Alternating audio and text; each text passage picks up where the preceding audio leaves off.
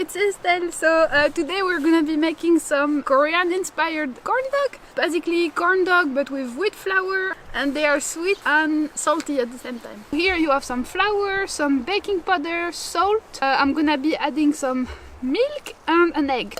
So add some milk until we get like some kind of thick batter, like a bit thicker than a crepe or pancake batter. This bowl is way too small. There is a branch.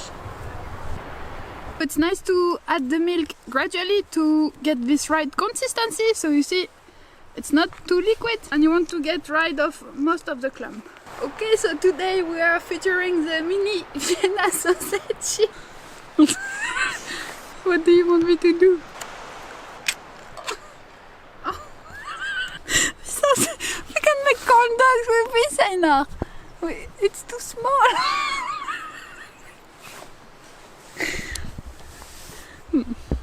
I guess it will do. So we just toss them slightly like this. I just placed here some panko. Dip it in the dough and in breadcrumbs. Panko. Once you have your sausage roll in the dough and panko, you just place it in the oil.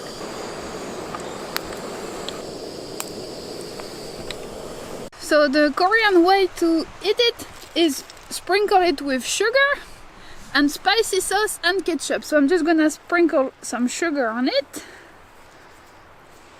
some ketchup and some spicy sauce. And Einar is gonna try it first.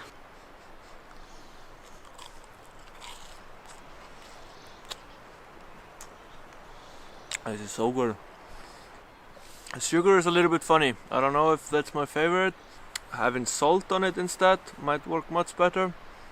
But this is very good and I do recommend checking this out. You can pre-make all the dry ingredients in one bag and then you can bring an egg in just like a small container.